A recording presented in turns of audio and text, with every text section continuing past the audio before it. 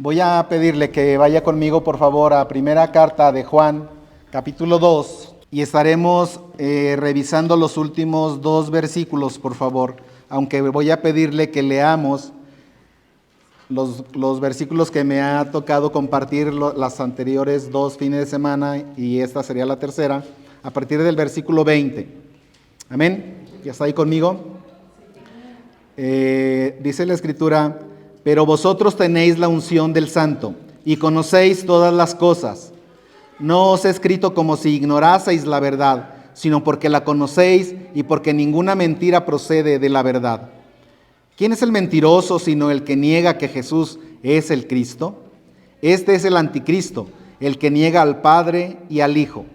Todo aquel que niega al Hijo tampoco tiene al Padre, y el que confiesa al Hijo tiene también al Padre. Lo que habéis oído desde el principio permanezca en vosotros. Si lo que habéis oído desde el principio permanece en vosotros, también vosotros permaneceréis en el Hijo y en el Padre. Y esta es la promesa que Él nos hizo, la vida eterna. Os he escrito esto sobre los que os engañan, pero la unción que vosotros recibisteis de Él permanece en vosotros, y no tenéis necesidad de que nadie os enseñe, así como la unción misma os enseña todas las cosas, y es verdadera y no es mentira, según ella os ha enseñado, permaneced en Él. Y ahora, hijitos, permaneced en Él, para que cuando se manifieste tengamos confianza, para que en su venida no nos alejemos de Él avergonzados. Si sabéis que Él es justo, sabed también que todo el que hace justicia es nacido de Él. Y ahora, hijitos, permaneced en Él, para que cuando Él se manifieste tengamos confianza y en su parusia, dice una versión, y en su parusia no nos veamos avergonzados. Y ahora, hijitos, permaneced en Él, para que cuando Él se manifieste tengamos confianza, para que en su venida no nos alejemos de Él avergonzados. Y le he puesto a este tema, a esta parte, a esta porción, confiados o avergonzados. No hay de otra.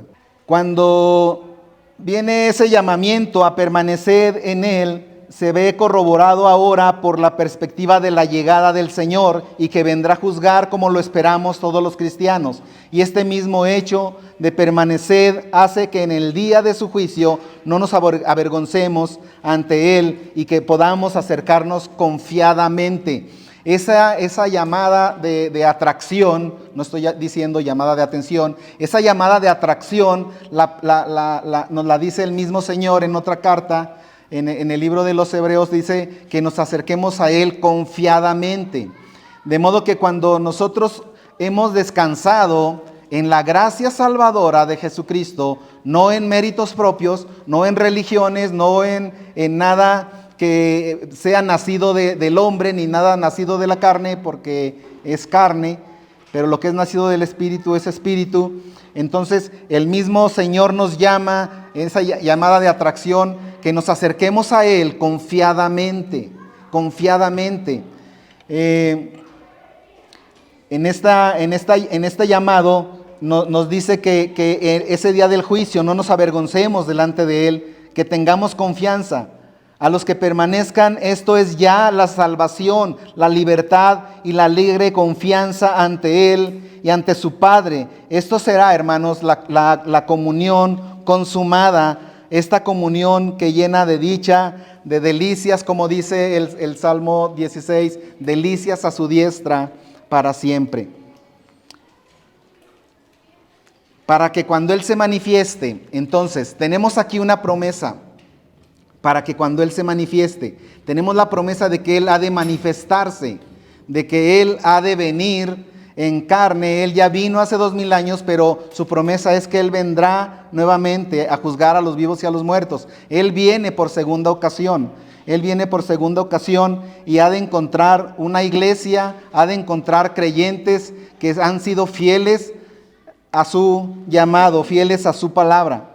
A ese tiempo de comunión plena, dice la Escritura ahí mismo, adelantándonos un poquito a la carta que nos ocupa, primera de Juan, dice el versículo, si le da vuelta a su Biblia, y en el capítulo 3, verso 1, mirad cuál amor nos ha dado el Padre para que seamos llamados hijos de Dios. Por esto el mundo no nos conoce, porque no le conoció a Él. Y luego dice el verso 2, hermanos, amados, y qué precioso se escucha en la voz del apóstol Juan, quien después de advertir de manera pues no tan amable, pero advertir grotescamente, de modo que seamos despertados, ahora nos llama amados. Ahora somos hijos de Dios, amén. Y podemos decirlo con toda libertad, amén. Podemos decirlo con toda confianza, amén. Somos hijos de Dios. Ahora somos hijos de Dios. Y aún no se ha manifestado lo que hemos de ser, pero sabemos que cuando Él se manifieste, seremos semejantes a Él, porque le veremos tal como Él es. Aún no se ha demostrado, no se ha develado, no se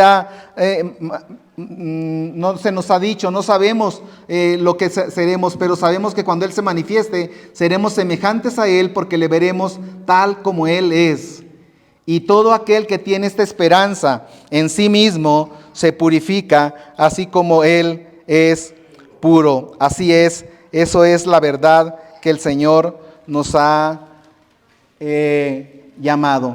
La palabra entonces confianza, parresia, significa la franqueza y la apertura y que puede y quiere decirlo todo. Es alguien que vive confiadamente. Encontramos esa palabra en muchas ocasiones a través de la Escritura y en ese precioso salmo que nos dice: en paz me acostaré y asimismo dormiré, porque solo tú, oh Jehová, ¿qué dice? Me haces vivir confiado. La confianza, cualquier tipo de confianza, cualquier grado de confianza que nosotros tengamos, y Él quiere que tengamos confianza plena, proviene de sus promesas. Proviene de su fidelidad, proviene de aquel que ha prometido que estará a nuestro lado todos los días hasta el fin del mundo. Proviene de aquel que nos ha llamado de las tinieblas a su luz admirable. Proviene de aquel que nos llamó cuando nosotros estábamos muertos y perdidos, y Él nos dio vida. Proviene de Él mismo, que Él nos salvó, y esa palabra confiadamente, confiado puedo vivir en Él. Dice el verso 29, si sabéis que Él es justo, sabed también que todo el que hace justicia es nacido de Él, nacido de Dios. Esta expresión, hermano, puede tal vez decirnos más acerca de nuestra relación con Dios, nacido de Dios. Nuevamente, el mismo evangelio del mismo apóstol que escribe Primera de Juan, es el cuarto evangelista en el evangelio de Juan, dice, y a todos los que le recibieron, a los que creen en su nombre, Evangelio de Juan, capítulo 1, verso 12, a los que creen en su nombre, les dio la potestad de ser llamados hijos de Dios, ¿sí? Los cuales, estos hijos de Dios, no son engendrados por voluntad de carne, por voluntad de sangre o por voluntad de varón. Es decir, no un día no se juntó Pepito con Juanita y dijeron: vamos a tener hijos de Dios. Ahora vamos a hacer otro hijo y que este hijo sea un hijo de Dios. No, sino que no son nacidos de carne ni de sangre, ni por voluntad de carne ni por voluntad de varón, sino nacidos de Dios. Esa es la palabra que está usando aquí mismo, que nos ocupa el día de ahora en el verso 29. Si sabéis que Él es justo, sabed también que el que hace justicia es nacido de Él. No hay de otra. Así de claro es. El que hace justicia es nacido de Él. ¿Cómo hemos de saber entonces que una persona, que un hijo, que un creyente, que un congregante es nacido de Dios? Porque hace justicia. No hay vuelta de hoja. Esa es así, a priori, esa es la verdad que nos ocupa en el verso 29. Este es el cómo podemos conseguir la seguridad de nuestra salvación, el que hace justicia. Dios nos facilita y regala ese gozo, esta gozosa confianza, pero no solo hasta el día del juicio, sino desde ahora la constituye y constituye esa energía para vivir diariamente entregados a Él, entregados a nuestro Señor en todo lo que hacemos. hijitos. ¿Por qué nos llama hijitos aquí el evangelista? Hay quienes dicen, bueno, pues que es por la edad que él tenía y habla de una manera muy paternal. Es una palabra que denota su afecto. Él convence por amor.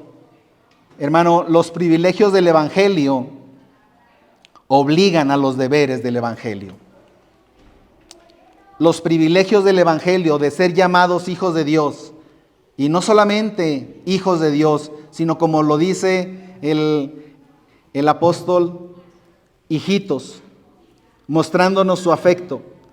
Los privilegios que hemos obtenido por medio del evangelio, el no ser ya más llamado hijo del diablo. Bueno, pero yo nunca me he llamado hijo del diablo. Pues no, a lo mejor no sabías que así te llamabas, pero eso es lo que eras antes de venir a Cristo. Y esto, voy a permitirme ir a Efesios capítulo 2, por favor, vaya conmigo. Efesios capítulo 2, donde nos habla un poco acerca de nuestra naturaleza antes de venir a Cristo, la naturaleza humana sin Cristo. Esto es lo que la Biblia dice, no lo que usted opina de sí mismo, no es lo que la sociedad puede opinar de usted, pero lo que Dios dice de usted. Capítulo 2 de Efesios dice que Él les dio vida. Mire, le está escribiendo el apóstol Pablo, ahora el que escribe es el apóstol Pablo, y le está escribiendo a la iglesia de Éfeso.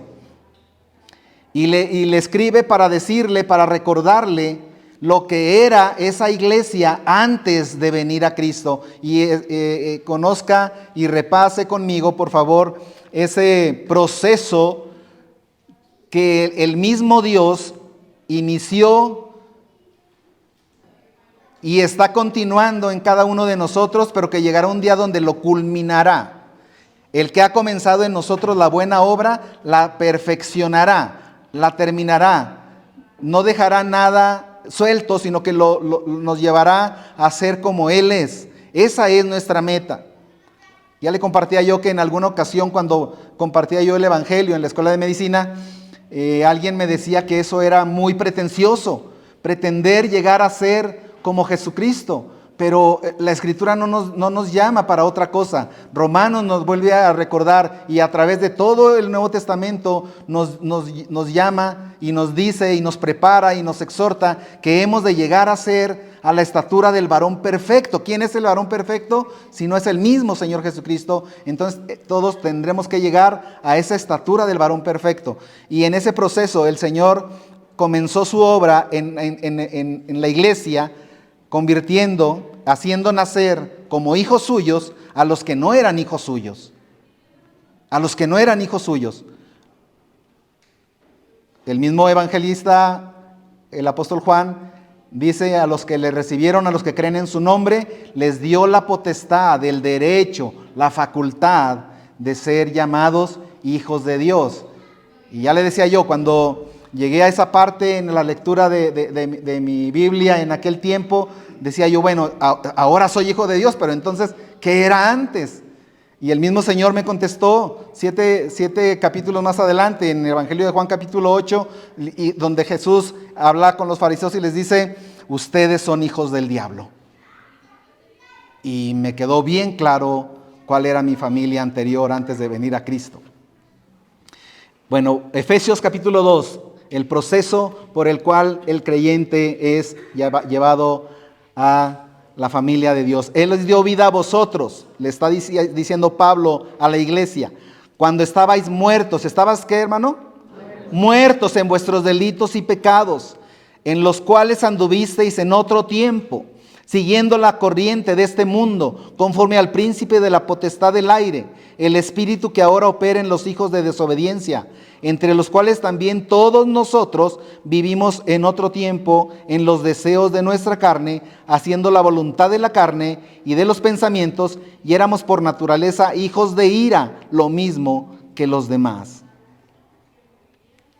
Pero Dios, verso 4, Pero Dios, que es rico en misericordia, por su gran amor con que nos amó, aun estando nosotros muertos en pecados, nos dio vida juntamente con Cristo. Por gracia sois salvos. Y juntamente con Él nos resucitó y asimismo nos hizo sentar en los lugares celestiales con Cristo Jesús, para mostrar en los siglos venideros las abundantes riquezas de su gracia en su bondad para con nosotros en Cristo Jesús.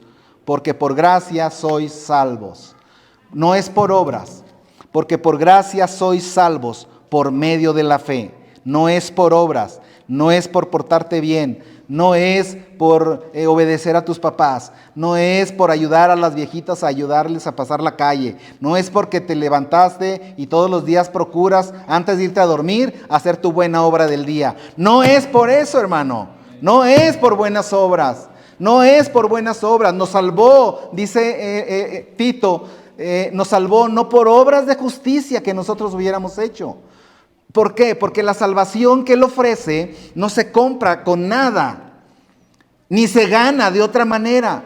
Solo hay una obra que puede hacer que un hijo del diablo, que amaneció hoy siendo hijo del diablo, pueda llegar a esta hora del día y sea convertido en un hijo de Dios. Solamente hay una obra, y esa preciosa obra es su muerte en la cruz del Calvario hace 2000 años y su sangre preciosa que fue derramada para perdón de tus pecados. Es lo único que puede hacer que un hijo del diablo que habita en tinieblas, que habita en el reino de las tinieblas, sea trasladado al reino de su amado Hijo, al reino de la luz. Esa es la obra del Evangelio. Eso es lo que el Evangelio es, que un hombre puede amanecer siendo el peor de los pecadores y puede por la noche estar doblando su rodilla delante del Rey de Reyes y del Señor de Señores. A Él sea la gloria. Porque por gracia sois salvos.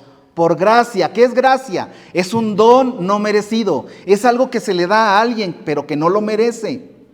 Y misericordia es no darle a alguien el castigo que merece. De modo que son las dos virtudes nacidas del corazón de un Dios santo, de un Dios justo, manifestadas y derramadas y mostradas delante del pecador, lo que nos hace que nuestro corazón muerto en delitos y pecados ahora sea despertado por el amor de Dios.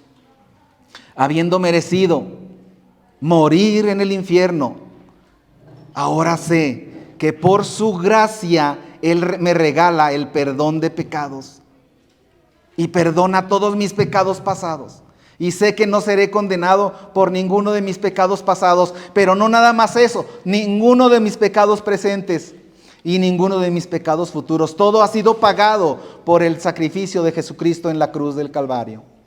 Y que su misericordia ha sido derramada en mi corazón y que fui alcanzado por amor. Sin haber nada en mí, nada que haya sido digno de amarse, el Señor me amó y perdonó mis pecados, que eran muchos y que eran graves. Y Él los borró por completo. Y Él dice, no me acordaré jamás de sus rebeliones. Como está lejos el oriente del occidente, he hecho alejar de vosotros vuestras iniquidades. Esa es la verdad del Evangelio, hermano. Esa es la verdad del Evangelio, porque por gracia eres salvo. No se te olvide, hermano, no se te olvide. Es por gracia, no es por obras, no es por nada que tú hayas hecho, no es por algo bueno que tú eres, porque de antemano te digo lo que más adelante encontrarás en el estudio de tu Biblia, que no hay nada bueno en nosotros. Dice la Escritura que no hay justo ni aun uno. Romanos dice, no hay justo ni aun uno, citando al profeta. No hay justo ni aun uno, no hay quien entienda, no hay quien busque a Dios. Todos se desviaron, a una se hicieron inútiles. Inútiles. Inútiles para el mundo. No, para el mundo puede ser muy útil. Para el mundo puede ser muy útil, pero para Dios, para la gloria de Dios, para que el nombre de Jesucristo sea exaltado por siempre, eres un inútil si no estás en Cristo Jesús. Porque por gracia sois salvos, un regalo inmerecido, por medio de la fe. Y esto, es decir, la gracia, es decir, la fe, no de vosotros, es decir, no nace de ti, te es dada de parte de Dios. Bendito sea Dios, porque hermano, la salvación empieza con Dios y termina con Dios. No hay ninguna participación del ser humano en la fe, en la gracia. No hay ninguna participación. Todo es de Él y para Él y por medio de Él. Y esto no de vosotros, pues es un don de Dios, no por obras, para que nadie se gloríe. Porque si fuera la salvación por obras, pues entonces los que hacen muchas buenas obras estarían gloriándose. ¿Qué significa gloriarse? Envanecidos, jactándose porque presumiendo que por sus méritos propios llegarían a la salvación. Pero el Señor es el único mediador y es el único Dios, mediador entre Dios y los hombres, Jesucristo, hombre. Amén. No por obras. Los privilegios del Evangelio, el hecho de que ahora te llames hijo de Dios y que sin presunción, pero sí con mucha convicción, puedas decir, ahora soy hijo de Dios. Sin presunción, sin jactancia, porque lo que recibiste, lo que tienes ahora lo recibiste. De modo que sin jactancia, pero con mucha convicción puedes decir, ahora soy hijo de Dios. Y voy al cielo, porque la palabra del Señor me lo ha dicho. Si muriera el día de hoy un hijo de Dios, tenga la plena certeza, porque la Escritura lo dice, no porque lo diga yo, pero estará delante de su Salvador, delante de su Señor y Salvador. Esa es la confianza que tenemos. Dice el apóstol Pablo, para mí el vivir es Cristo y el morir es ganancia. Dice el mismo apóstol Pablo, si a mí me dieran a escoger, yo escogería más estar ausente del cuerpo, pero presente con el Señor. Esa es la seguridad que ha de tener todo el Hijo de Dios, que en la hora de su muerte, a la hora de que tenga que partir de este mundo, estará inmediatamente en la presencia de su Señor, ausente del cuerpo, pero presente con el Señor. Son los privilegios del Evangelio, hermano. Y podemos enumerar todavía una buena cantidad de privilegios que el Señor nos ha dado. El poder llamarle Padre, el poder hablar con Él todos los días y estar en una comunión perfecta todo el día y estar cantando todo el día estas preciosas alabanzas que nos compartieron el día de hoy y nos guiaron a la adoración suprema que es a nuestro Señor Jesucristo. Estar adorándole todo el día, y eso no quiere decir que vas a estar todo el día con tus manos levantadas o de rodillas a la mitad de la cancha en tu escuela. No, pero tu corazón está gozoso alabando a Dios en lo que estás haciendo, adorándole en todo lo que estás haciendo, dándole gracias porque te permite hacer lo que estás haciendo, y todo lo que haces y todo lo que no haces también es para la gloria de Dios, ¿verdad? Eso es un privilegio, hermano. El gran privilegio de que cuando tienes una situación que te oprime, una situación difícil, como nos acaba de compartir nuestro hermano con la cirugía de su bebé, tienes un lugar a donde ir. Pero no solamente un lugar, tienes el lugar más seguro, donde tus ruegos, donde tus inquietudes tomarán calma y serás alentado. Hay confianza porque hay esperanza, y el que lo prometió es fiel. Y alabamos a Dios porque Él es fiel, y alabamos a Dios por su soberanía, porque a Él le plació bendecirnos. Tenemos privilegios del Evangelio, pero también nos obligan a los deberes del Evangelio. Los ungidos por el Señor Jesús permanecen en Él. Ese permanecen en Él. Volvamos a nuestra carta de Primera de Juan, por favor, hermano.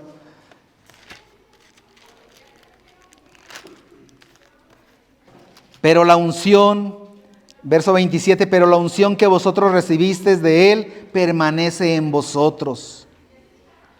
y no tenéis necesidad de que nadie os enseñe, así como la unción misma os enseña todas las cosas y es verdadera. Y luego el verso 28 dice, y ahora, hijitos, permaneced en Él, permaneced en Él.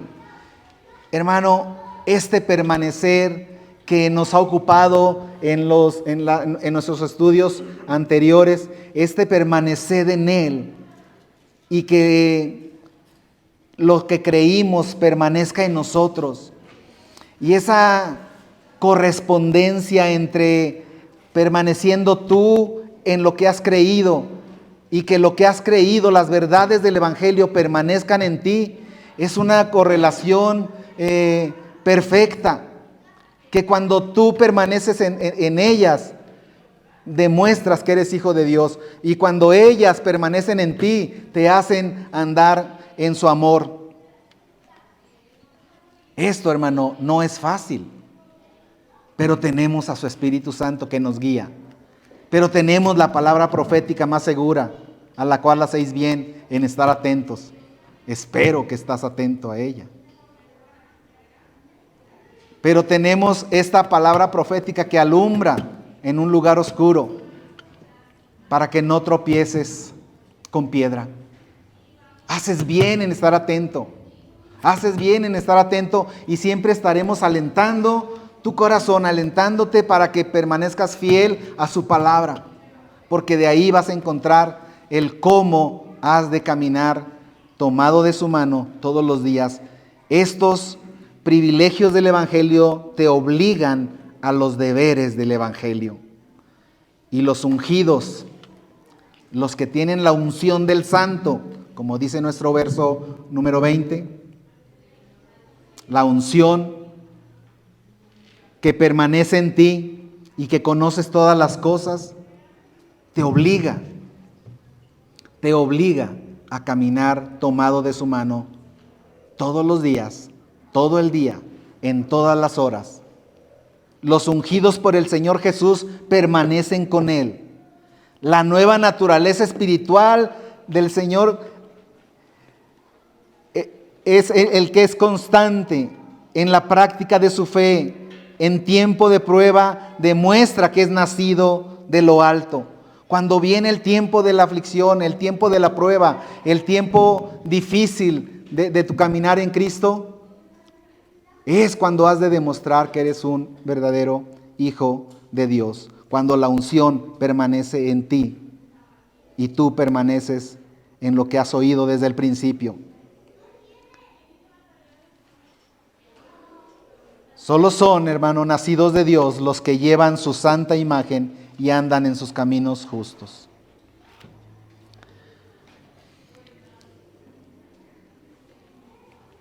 Vamos a estar hablando en lo que nos resta de este tiempo, hermano, acerca de esa manifestación gloriosa de nuestro Señor Jesucristo.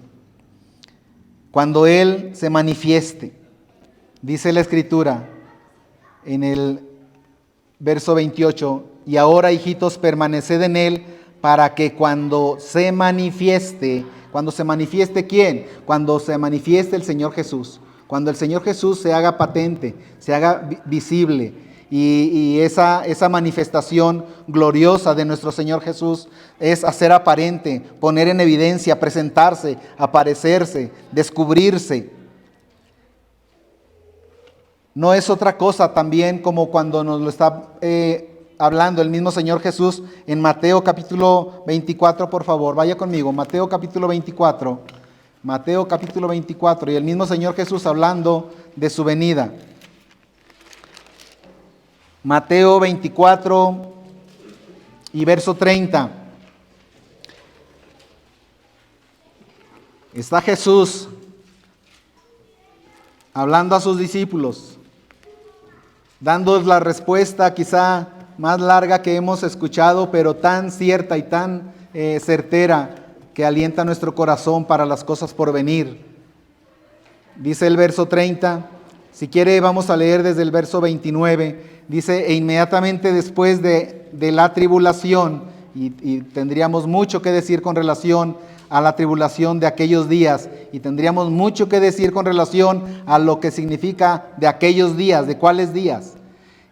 dice, el sol se oscurecerá y la luna no dará su resplandor y las estrellas caerán del cielo y las potencias de los cielos serán conmovidas.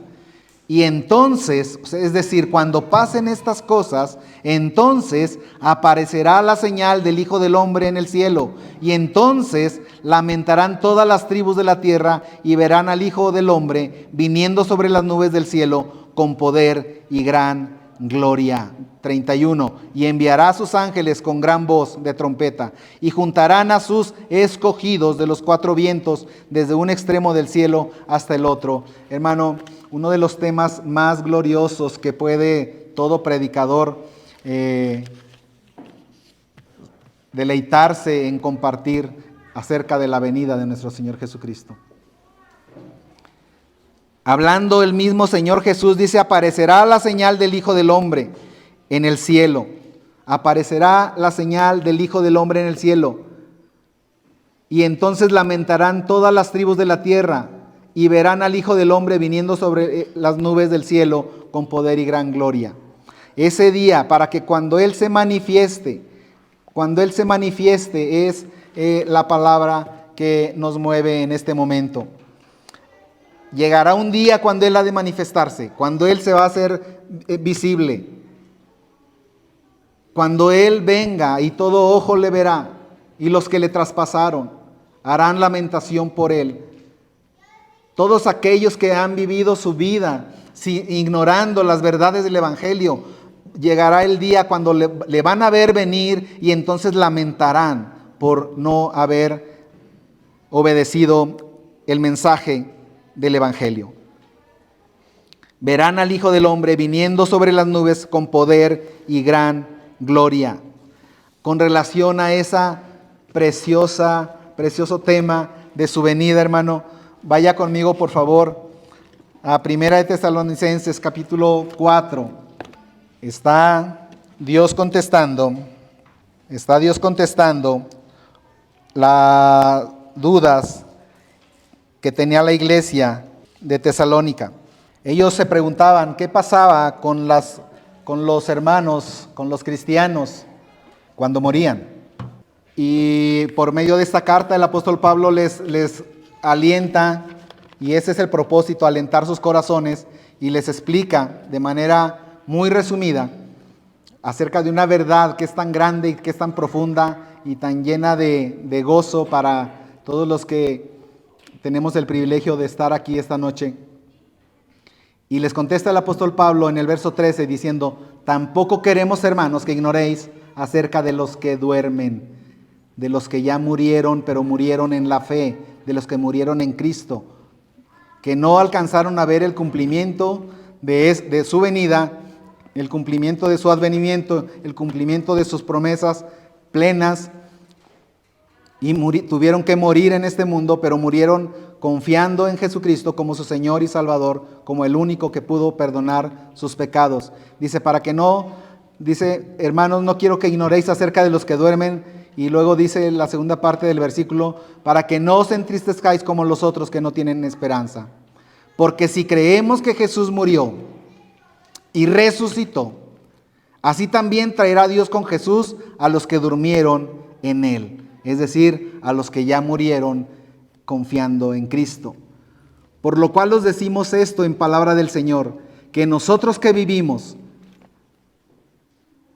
que habremos quedado hasta la venida del Señor, no precederemos a los que durmieron, porque el Señor mismo, con voz de mando, con voz de arcángel y con trompeta de Dios, descenderá del cielo, y los muertos en Cristo resucitarán primero. Esa es una parte del evento. Los muertos en Cristo resucitarán primero. Luego nosotros, los que vivimos, los que hayamos quedado, seremos arrebatados, seremos arrebatados.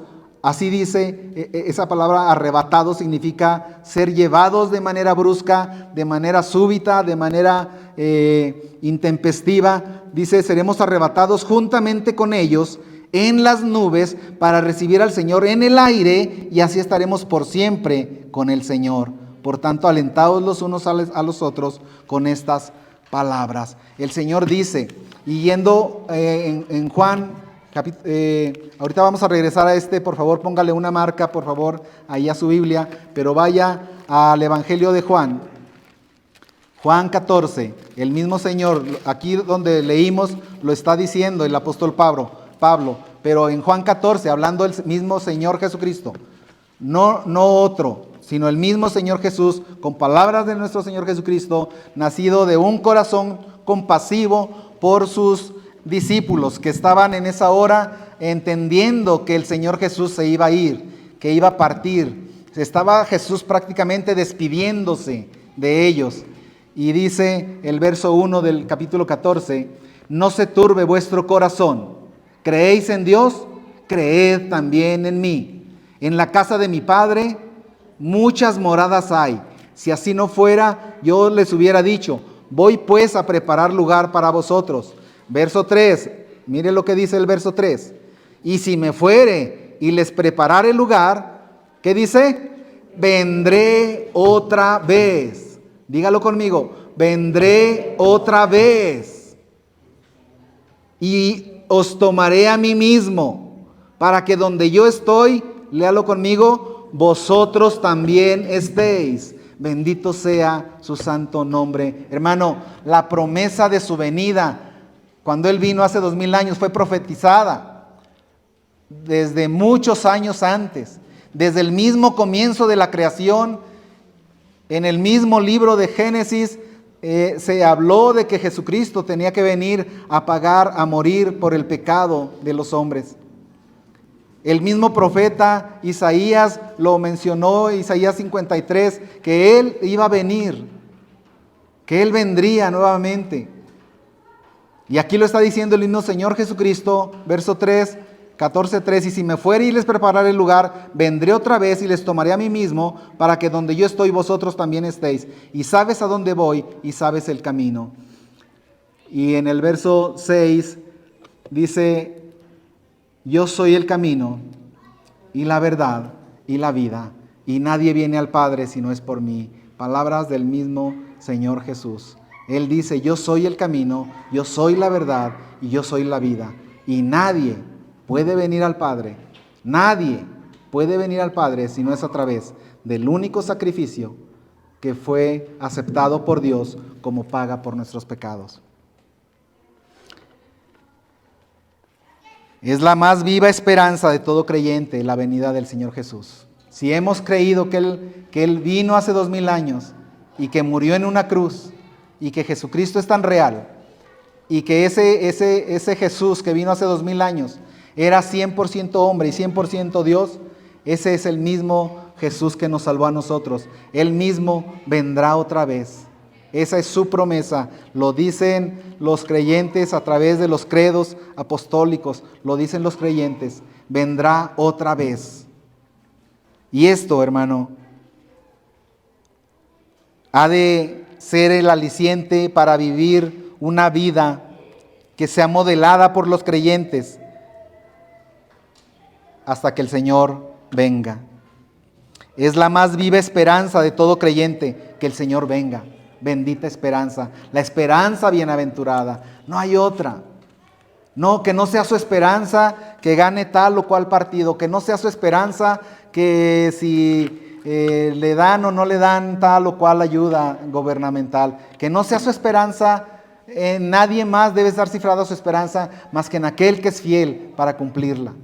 Aquel que lo prometió es fiel, Él lo cumplirá.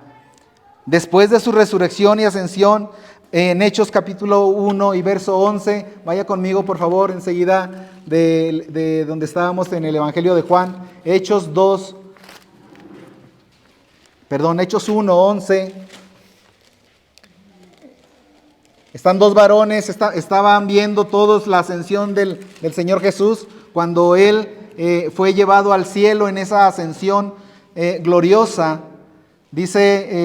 Aquí dice la Escritura que el Señor estaba hablando con ellos y les estaba todavía alentando y les estaba dando las últimas instrucciones, y mientras Él estaba hablando todavía con ellos, Él fue ascendiendo hacia el cielo y lo vieron todos los que estaban ahí ese día y Y dice la Escritura en el verso 10, y estando ellos con los ojos puestos en el cielo, entre tanto que Él se iba. ¿Qué significa esto? Que ellos lo vieron cuando fue levantándose del suelo. Ellos lo vieron, estaban hablando con Él y Él fue elevándose.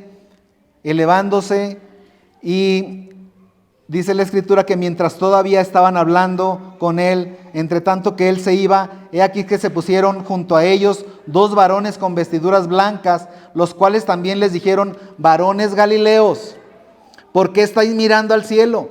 Este mismo Jesús que ha sido tomado de vosotros al cielo, así vendrá como le habéis visto ir al cielo. Bendito sea su palabra, ¿verdad, hermano? Es la esperanza bienaventurada, hablar de su venida. Hablar de su venida. En su primera venida, hermano, Cristo obró la redención mediante sus sufrimientos expiatorios en la cruz.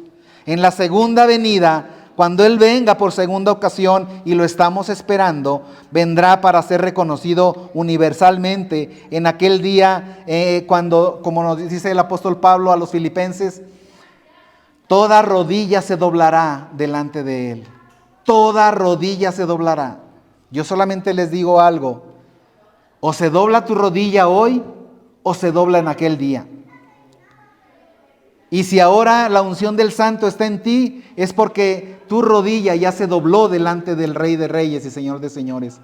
Pero si todavía eres duro de servir, eres duro de doblar, eres duro de quebrantar y endureces tu corazón para no creer en el Evangelio, pues sepas y sábelo bien que en aquel día vas a tener que doblar tu rodilla delante del Señor. Toda rodilla, dice Filipenses capítulo 2. Que le fue dado un nombre a Jesucristo, le fue dado un nombre que es sobre todo nombre, para que en el nombre de Jesús, no en el nombre de una religión, no en el nombre de una secta, no en el nombre de un gobierno, sino en el nombre de Jesús, se doble toda rodilla de los que están en los cielos, de los que están en la tierra y de los que están debajo de la tierra. Toda rodilla se doblará delante del Señor. De modo que si tú, hermano, has doblado tu rodilla delante del Salvador, sábelo bien, estás delante del Eterno, has sido llamado, has sido escogido, tu corazón ha sido enternecido para creer las verdades del Evangelio, has recibido vida eterna y tu rodilla se ha doblado ya ahora. Y claro, nos doblamos delante de Él y reconocemos su deidad. Pero si todavía no reconoces que Jesucristo es el Señor, para la gloria de Dios Padre, sábelo que cuando Él venga vas a tener que doblar la rodilla. O lo haces ahora o lo haces después, pero de que la doblas, la doblas. Para que en el nombre de Jesús se doble toda rodilla de los que están en los cielos, en la tierra y debajo de la tierra, y que toda lengua confiese, toda lengua, y pudiéramos agregarle las mismas condiciones de los que están en los cielos, los que están en la tierra y los que están debajo de la tierra, confiese, porque toda lengua confesará. ¿Qué es la confesión? ¿Cuál es la confesión que tendrán que hacer toda lengua? Que Jesucristo es el Señor, para la gloria de Dios Padre. A Él sea toda honra, toda gloria, ahora y siempre. La segunda venida, hermano, tiene diversos aspectos que, le digo, pudiéramos ocupar tanto en hablar de ellos. Me emociona mucho. Pero el verso 28, volviendo a nuestro pasaje, por favor.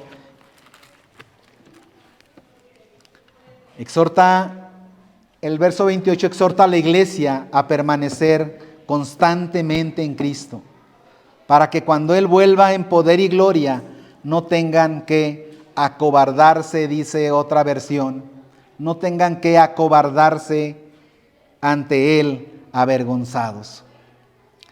La mejor manera de estar preparados para la venida de Cristo es vivir con Él todos los días, todos los días. Así su venida no será ninguna sorpresa. Le dije que pusiera un apartado en Tesalonicenses. Vaya conmigo, Tesalonicenses, por favor. Primera de Tesalonicenses, ahora capítulo 5. ¿Y cómo viven los hijos de Dios esperando la venida del Señor? ¿Cómo viven los hijos de Dios? Capítulo 5. Pero acerca de los tiempos y de las ocasiones, verso 1 ya está ahí.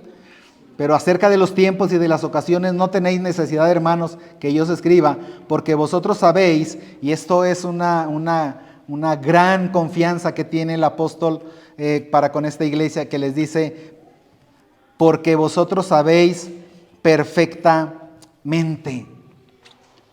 ¿Qué es lo que la iglesia debe saber perfectamente?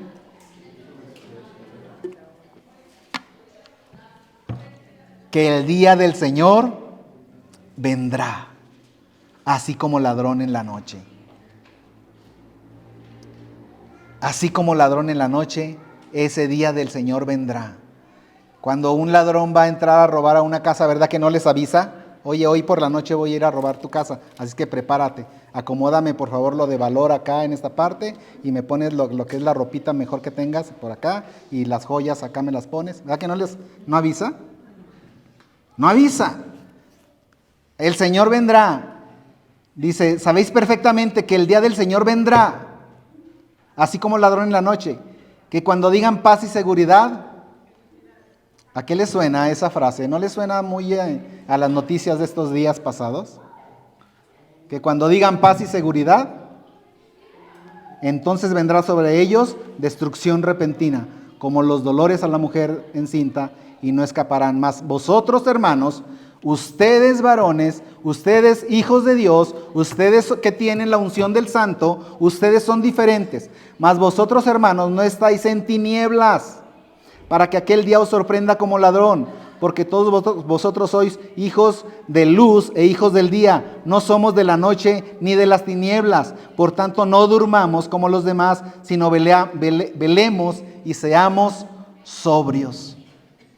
Hermanos, son exhortaciones tan preciosas a vivir como de día, no en glotonerías, no en lascivias, no en lujurias, no en orgías, sino como de día.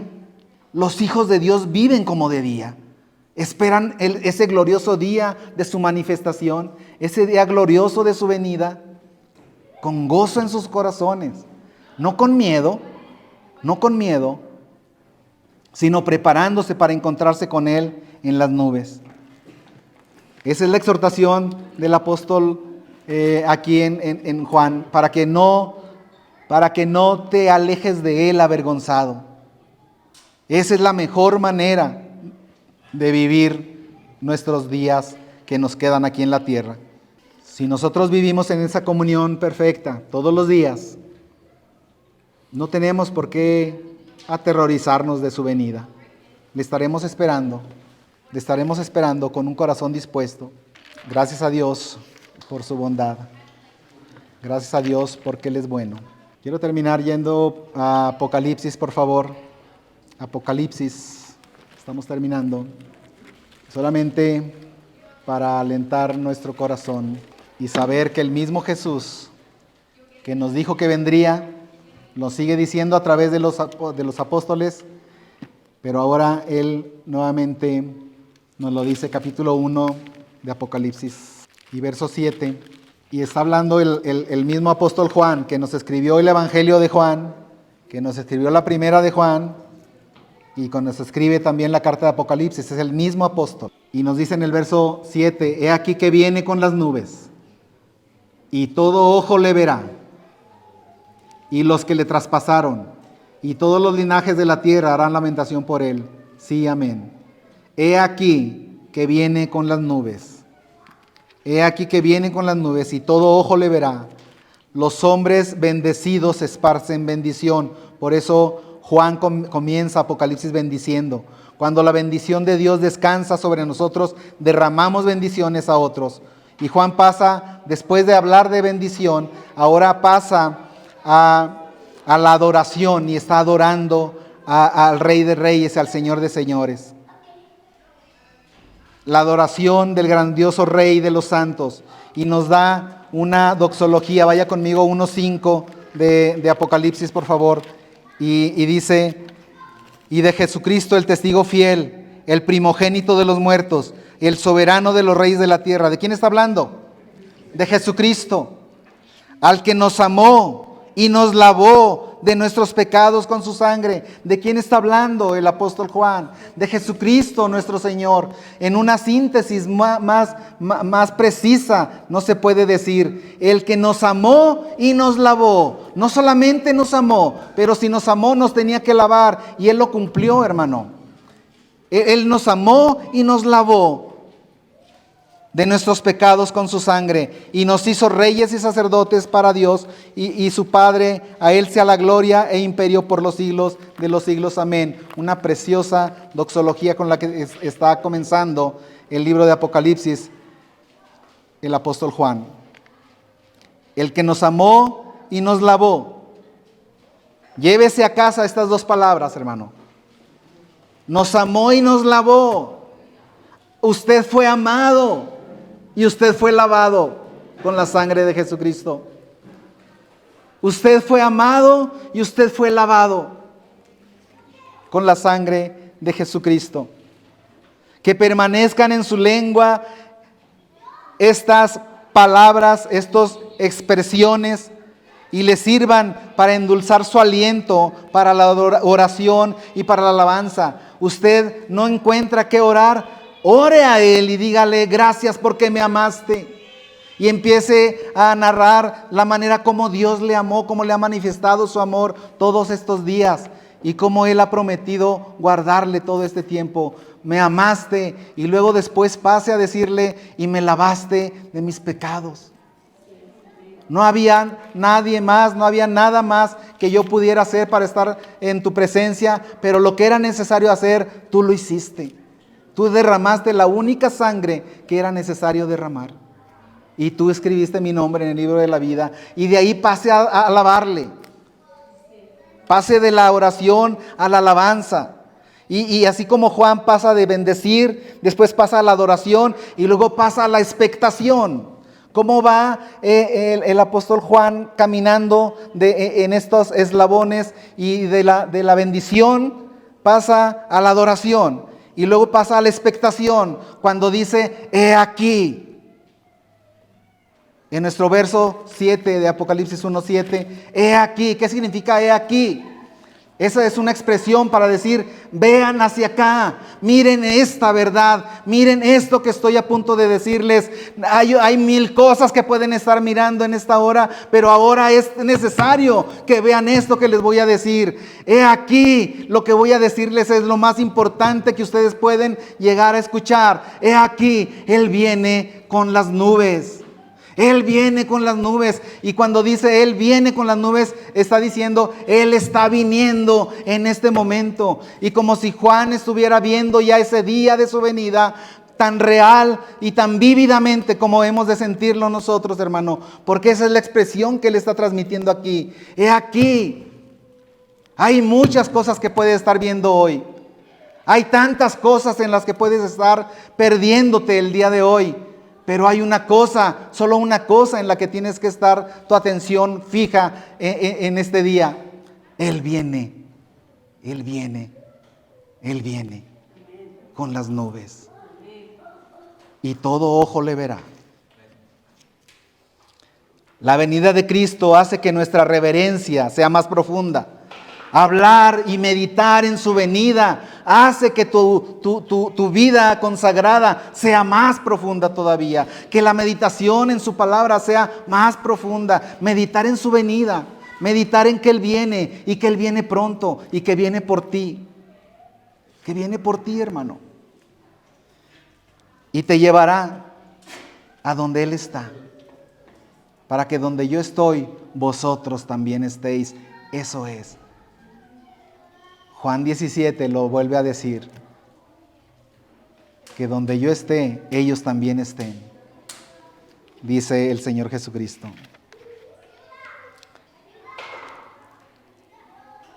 Meditar en su venida también va a hacer que tu adoración sea más ferviente, hermano. Meditar en su venida hará que estos cantos que entonamos tengan sentido en tu vida. Medita en su venida. Piensa en ella como algo que puede ocurrir en cualquier momento. He aquí que Él viene, ya viene en camino. Los santos, hermano, tenemos que ser motivados con estas palabras. A una devoción consciente de que aquel que adoran está acercándose, aquel que adoramos viene en camino, viene pronto. Se fue al Padre por un tiempo, pero Él ha dicho, vendré otra vez. Y yo le creo. Él dice, vendré otra vez y os tomaré a mí mismo, para que donde yo estoy, para que donde yo esté, ustedes también estén. Y confiamos que cumplirá su promesa. Que el Espíritu Santo nos ayude a pensar reverentemente en esta verdad, hermano. Que el Espíritu Santo nos ayude y nos lleve a reconocer esta verdad tan gloriosa en nuestra vida. He aquí hay algo que debemos sostener. No es un quizá. He aquí, Él viene y viene pronto. Hay una razón para una atención profunda y duradera. Venid y ved. Venid y ved. He aquí. Esto es el hecho más glorioso, más importante que pueda vivir esta generación y este mundo. Tú que has estado contemplando vanidad, esta noche hay un mensaje para ti. Quizá tú naciste de Cristo, pero quizá tu corazón se ha enlentecido, se ha visto lento por estar contemplando otras cosas. Tú que has estado contemplando vanidad, porque es la moda. Tú que desviaste tu mirada de las cosas de arriba, de las eternas, de las que permanecen para siempre. Venid y ved. Tú que apartaste tus ojos para no ver las verdades del Evangelio. Esta venida, hermano, ha de percibirse vívidamente.